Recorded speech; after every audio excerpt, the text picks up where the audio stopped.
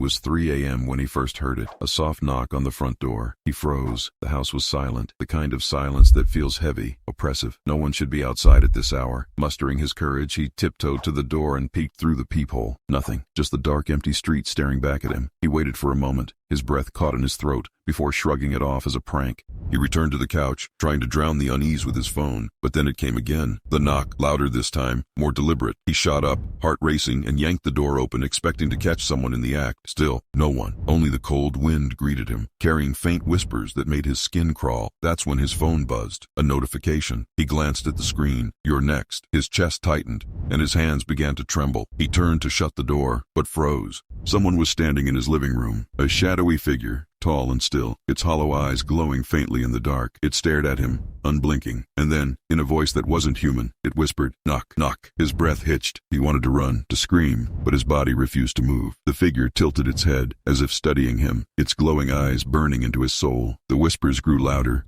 swirling around him like a cold, suffocating fog.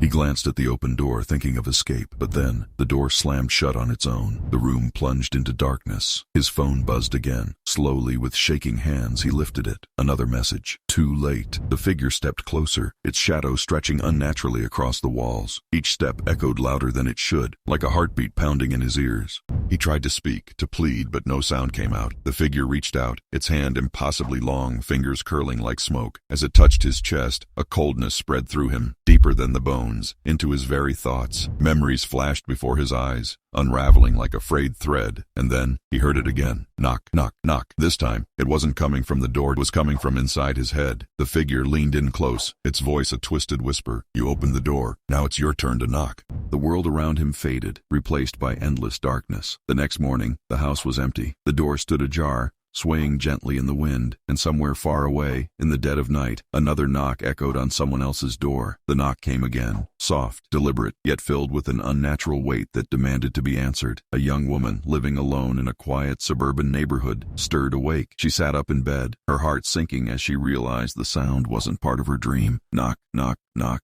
She reached for her phone, but it was dead, a full charge drained to nothing. Swallowing her fear, she crept down the hall toward the front door. The air felt heavy, each step harder than the last, as if the house itself didn't want her to move forward. Peering through the peephole, she saw no one, just the faint glow of the street lamp. A nervous laugh escaped her lips. "Probably just kids messing around," she whispered, trying to convince herself. But as she turned away, it knocked again, louder, closer. She spun back, and the door seemed to shudder under the force. Her breath caught when she noticed something, the faintest outline of a shadow just beneath the door, motionless. Someone, or something, was standing there. She backed away, clutching her chest as her pulse quickened. "Who's there?" she called out, trying to sound braver than she felt. No answer, just silence, until the knock came again. This time, it wasn't at the door. It came from behind her. Her blood turned cold as she slowly turned around.